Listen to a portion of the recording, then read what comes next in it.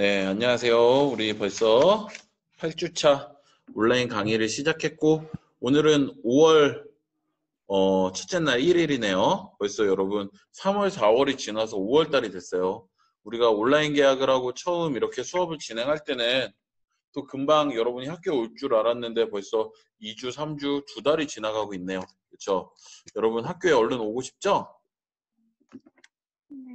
거짓말인 거 티가 나네요. 네, 아무튼 또 다음 주쯤이면은 3학년 등교에 대한 구체적인 발표가 날 것 같고 순차적 등교에 의해서 여러분들도 한 2, 3주 후에는 올 것 같습니다. 조금만 또 참고 이렇게 열심히 온라인 수업 듣다 보면은 여러분이 학교에 올 수 있는 날이 올 것 같아요.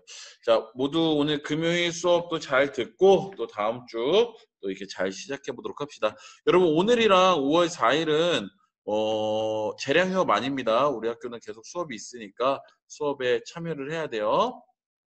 자, 오늘은 문화사 파트를 한번 수업을 진행해 보도록 하겠습니다.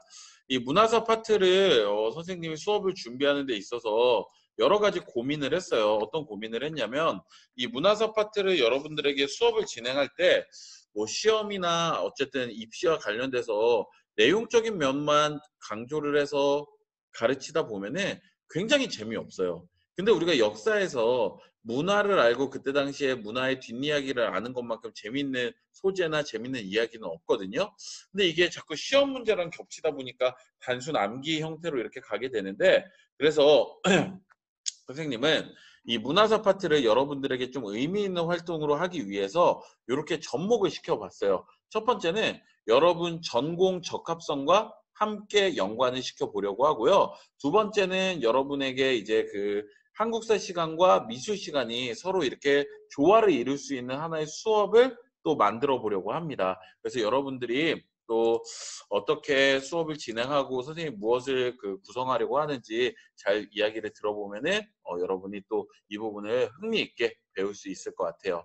자, 일단은 문화사에 대한 선생님이 전반적인 흐름이나 내용적인 면은 역시 큰산의 동영상 강의에 탑재해 놨습니다. 아직 보지 않은 학생은 수업을 마친 후에 꼭 보도록 하세요.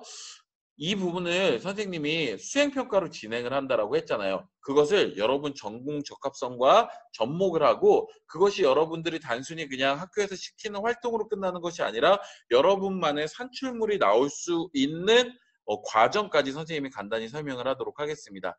여러분이 지금 A반이 많죠. 문과 학생들이 좀 있는 것 같은데 이것을 전공적합성과 연계시키기 위해서 선생님이 이런 활동을 할 거예요. 일단은 여러분의 진로를 선생님이 확인을 하고 여러분 진로와 관련돼서 이 한국사에서 여러분 진로가 처음에는 어떤 모습으로 우리나라에 들어오게 되었을까 이 부분을 고민하면서 이 문화 파트를 시작하고자 합니다. 예를 들면은 내가 꿈이 교사예요. 그러면은 여러분 꿈이 교사인데 선생님 저는 나중에 교사가 되고 싶습니다. 그래 어떤 교사가 되고 싶냐? 라고 했을 때 네 선생님 저는요 일단은 우리 동네에 서당을 하나 차릴 거예요. 그런 다음에 초등교육을 거기서 실시하고 아이들한테 과거 시험을 준비할 수 있도록 사서 오경 이런 것들을 가르칠 예정입니다. 라고 하는 학생은 지금 현대사회에는 없죠.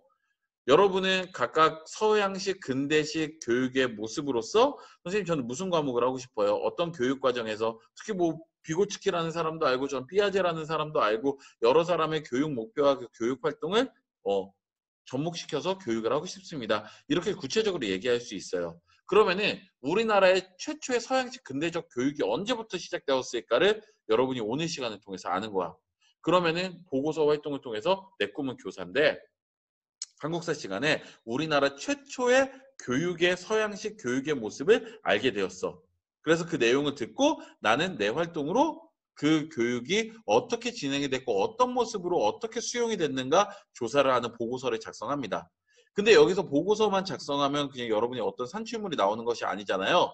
그럼 여러분이 보고서를 작성한 후에 어떤 활동을 구체적으로 할 거냐면 이 보고서를 통해서 여러분이 누군가에게 설명을 하고 전시를 할 수 있는 어떤 구성품을 만들어요. 즉 내가 후에 교사를 하고 싶은 사람에게 우리나라 근대식 교육의 수입이라든가 도입 과정을 설명해주는 갤러리를 꾸며보겠다. 라고 구체적으로 목표를 세우는 거예요. 그런 다음에 이 근대식 교육의 모습의 갤러리를 어떻게 꾸밀 것인가. 그 갤러리 장소는 우리 C동 지하에 있죠. 큰사 갤러리를 어떻게 꾸밀 것인가 여러분이 보고서에 함께 작성을 합니다. 그런 다음 미술 시간에 가서 근대식 미술 기법을 통해서 이 부분을 표현해 보는 거예요. 표현은 이런 식으로 할 수 있겠죠. 그때 당시에 최초에 생긴 학교의 모습을 그려볼 수도 있고 교육 현장을 설명해 볼 수도 있고 그때 당시에 교과서의 모습들을 찾아서 그런 것들을 설명할 수도 있는 거예요. 그런 산출물을 만들어서 갤러리에 전시를 하는 거예요. 그럼 여러분 전공 적합성이 미술 시간과 한국사 시간에 만들어지고 그런 것들을 단순히 학교에서 활동하는 것을 수동적으로 따라가는 것이 아니라 여러분 스스로 구성하고 계획하고 산출물까지 이렇게 만들어 보게 되는 거예요. 그렇게 해서 여러분들에게 이 문화파트를 의미 있는 활동으로 전해볼까 합니다. 그래서 선생님 동영상 강의 보고 오늘 하는 수업을 통해서 내 진로가 이런 분야인데 좀 이렇게 꿈꿨으면 좋겠다. 이렇게 디자인을 해서 갤러리를 꾸며봤으면 좋겠다. 이렇게 생각하면서 진행을 해봤으면 좋을 것 같습니다. 자, 오늘의 학습 목표는 이 마지막 부분이에요. 개항 이후 새로운 문화적 경향을 말할 수 있다. 이 부분을 알아보도록 하겠습니다. 자, 그럼 본격적으로 이 사진 자료와 사료를 통해서 여러분들에게 설명을 하도록 할게요. 자, 일단은 이 왼쪽 사진은 무엇에 대한 설명이냐면 이 근대 시설로 전화가 처음 도입했을 때의 모습입니다. 그랬을 때 이 모습 안에도 여러분 이런 모습이 공존하고 있는 게 신기하죠. 이 근대식 시설로서 이 기계 문명이 들어왔는데 여기 앞에 있는 앉아있는 사람들은 여전히 한복을 입고 상투를 틀고 갓을 쓰고 이 근대와 그전에 이전의 시대가 공존하는 모습의 형태예요. 이 전화는 어떤 원리로 이렇게 운영이 됐었냐면은 이 사람의 직업은 전화 교환원이라고 하는 직업입니다. 그래서 선생님 집이 이 전화가 유선으로 이렇게 단자가 연결되어 있는 거예요. 그럼 이렇게 전기 신호로 드륵 보내. 그럼 여기가 이렇게 신호가 오겠죠. 그럼 이 전화 교환원이 선생님 집에 단자에 선을 꽂습니다. 어디에 연결해 드려요? 라고 하면 선생님이 예, 철순에 연결해 주세요. 라고 하면은 철순에 연결된 단자에 이렇게 꽂는 거야. 그래서 이렇게 두 개의 칩을 전화를 연결해 주는 거예요. 그랬을 때 이 전화, 내가 만약에 전기나 통신이나 반도체 분야의 진로를 꿈을 꾸고 있는 학생들은 이 전화라는 것이 어떻게 도입을 해서 이게 전자로 어떻게 발전을 했는지 그 과정을 살펴보면 굉장히 좋을 것 같고 또 내가 진로에서 어떤 상담이나 뭐 이런 분야를 하고 싶어. 혹은 나는 직업에 대한 뭐 이런 것들 안내 이런 걸 하고 싶어. 그랬을 때 여러분이 이런 거 고민해봐도 좋아요. 앞으로 사라질 직업들. 지금 우리나라에 전화교환원이라고 하는 직업이 있나요?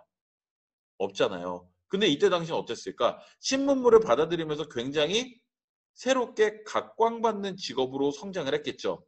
근데 사라졌어. 그럼 여러분 지금도 생각해봐. 전화와 관련된 직업으로 114 전화 안내원 사라지지 않을까요? 언젠가는? 여러분 최근에 114에 전화해서 전화번호 알아본 적 있습니까? 없죠. 또 이런 것들. 유선 전화가 언제까지 남아 있을까요? 여러분 요즘 집 전화 있는 사람 거의 없잖아요. 대부분 무선 인터넷을 통해서 서로 연락과 통신을 하잖아요.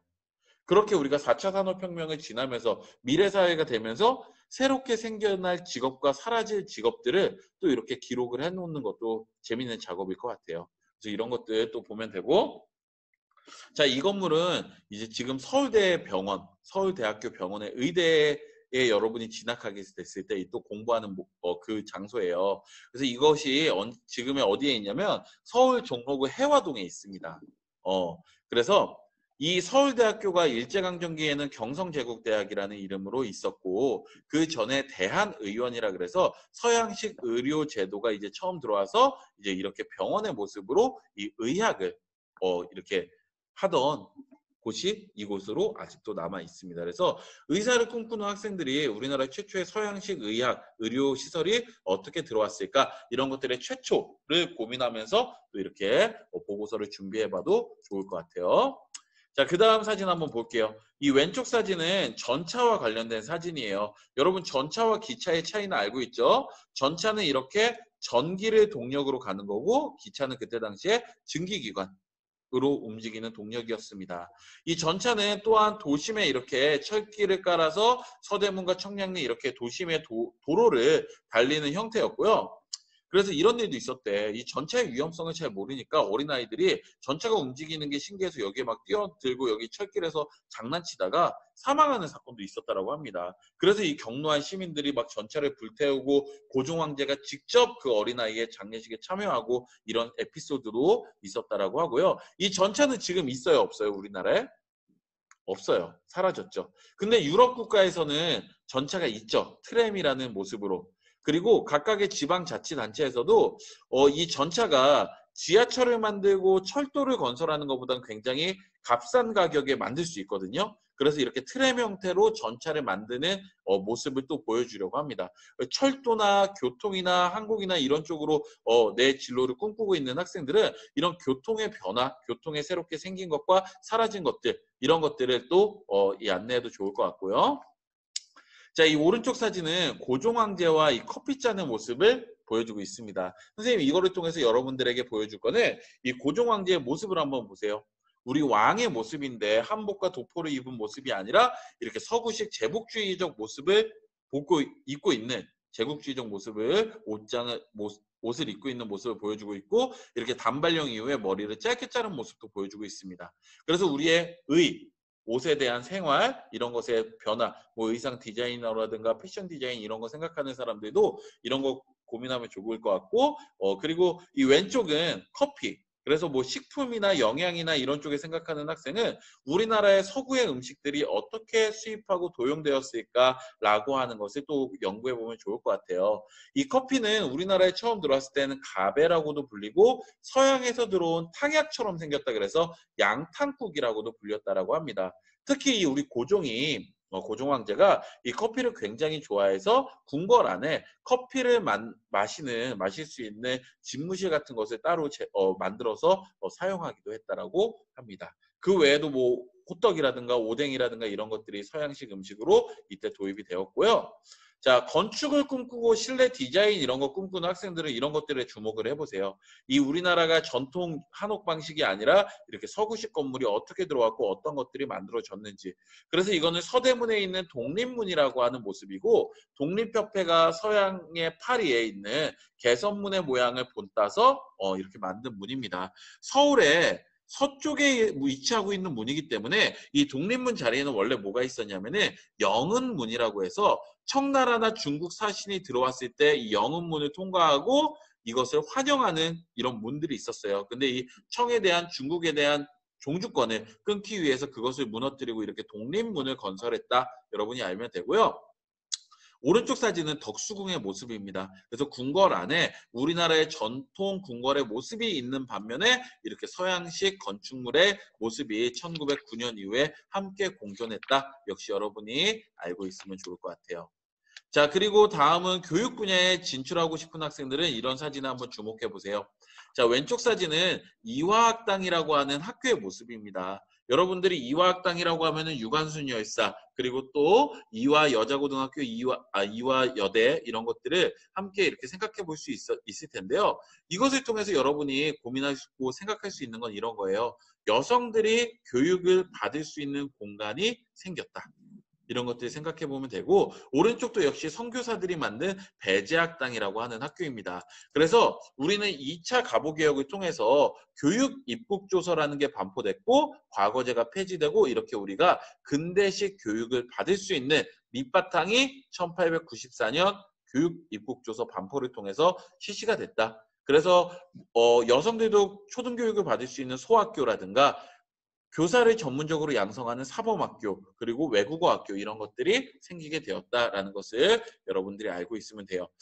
또 나는 국문학자나 언어학자, 언어와 관련된 일을 하고 싶다. 혹은 나는 역사와 관련된 일을 하고 싶다라고 했을 때 이 왼쪽에 주시경 선생님의 활동과 오른쪽에 신채호 선생님의 활동을 주목해 보세요. 우리가 조선시대까지는 한자의 사용이 굉장히 더 중요했었는데 한글은 여성의 학문이라고 공부를 했었죠. 근데 이제 우리나라의 민족적인 글을 배우는 것이 중요하다라고 생각해서 주시경 선생이 국문연구소를 설립해서 이렇게 한글에 대한 보급과 한글에 대한 체계화를 위해서 노력했다라는 것을 알고 있으면 되고요. 오른쪽에 신채호 선생님도 역시 마찬가지로 우리가 중국의 역사를 번역하는 것에 그쳤다라고 했을 때 이 민족주의적 사학으로서 우리나라의 역사를 이게 자부심을 갖고 민족성을 갖고 새롭게 서술하는 방식의 역사서를 이렇게 만들었다. 여러분이 또 알고 있으면 좋을 것 같습니다. 또 언론이나 이런 쪽으로 가고 싶은 학생들은 우리나라에 들어온 새롭게 생긴 신문에 대해서 한번 생각해 보면 좋을 것 같아요. 그래서 왼쪽의 신문은 독립협회에서 제작한 독립신문이라고 하는 신문이고 순한글로 제작이 됐고 또한 영문으로도 제작이 됩니다. 왜? 우리나라의 서구 열강들의 침략을 외국에 알리기 위해서 영문으로 제작됐다라는 특징이 있고요. 이 대한매일신보라고는 하는 신문의 특징은 이 사람을 주목해 보세요. 이 신문을 만든 사람이 영국인 출신 베델입니다. 그러니까 외국인이 이 신문을 주도하고 있기 때문에 비교적 일본의 간섭에서 자유로울 수 있었고 또 신문지법이 생기기 전에 그래도 끝까지 마지막까지 열심히 애국 계몽이라든가 이런 단체 활동을 지지하면서 이 활동을 이어갈 수 있었다라는 그런 특징들이 있습니다. 자, 그리고 마지막이에요. 이 마지막은 이 우리나라의 문학 작품들 그리고 아이고, 왜 이러지? 잠시만요. 여러분도 까맣게 보여요? 잠시만요. 다시 해볼게요.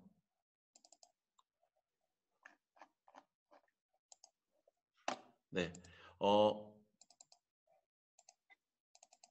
이 문학 작품들에 대해서 한번 보면 좋을 것 같은데요. 일단 혈의노라는 작품은 신소설 형식입니다. 그래서 이 혈의노라는 작품의 또 내용적인 면에서도 굉장히 사람들에게 충격을 주는데 청일전쟁 중에 피난을 가던 여학생이 부모님과 떨어지게 돼요. 잃게 돼요. 그랬을 때 일본 군인이 이 여학생을 데리고 일본으로 가서 입양을 하고 일본에서 교육받은 여학생이 미국까지 가서 서양식 근대 교육을 받은 다음에 국내로 돌아오게 돼요.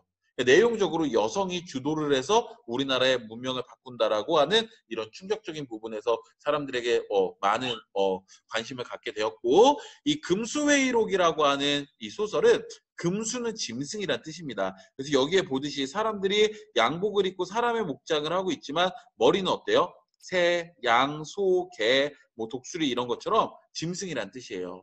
그래서 서양 열강들이 사람의 복장을 하면서 마치 약소국을 도와주고 경제적 지원을 하고 있는 거 근대화를 시켜주는 척하고 있지만 그들은 짐승처럼 결국 약육강식 약한 자들을 잡아먹기 위해서 이렇게 회의를 하는 것이다 라고 하는 비판의 글을 쓰고 그리고 신채시라고 해서 이 최남선의 해에게서 소년에게라는 시가 있는데 우리가 지금 보듯이 1연, 2연, 3연, 4연 연과 행으로 구성된 이러한 새로운 방식의 모습으로 시를 또 만들게 됩니다. 그래서 뭐 문학이나 이런 쪽으로 생각이 있는 학생들은 뭐 작가나 이런 쪽으로 생각하고 있는 학생들은 어떤 글들이 새롭게 나왔는지 이런 것에 대해서 또 알아가면 좋을 것 같아요. 자, 그래서 오늘은 이렇게 문학 작품을 전반적으로 선생님이 에피소드나 사료, 사진을 통해서 설명을 해줬어요.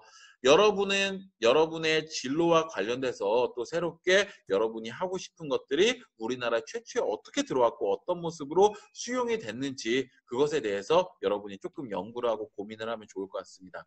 그래서 선생님이 다음 시간에는 그런 모습의 일환으로 이 서양식 근대 기법과 서양의 미술사는 어떻게 변했는지에 대한 설명을 통해서 여러분이 또 이런 자신의 전공 적합성을 어떻게 표현하고 산출물을 만들 수 있을까에 대해서 설명을 진행하도록 하겠습니다. 네, 그럼 오늘 수업은 여기까지 하고요. 혹시 질문 있는 학생 있습니까?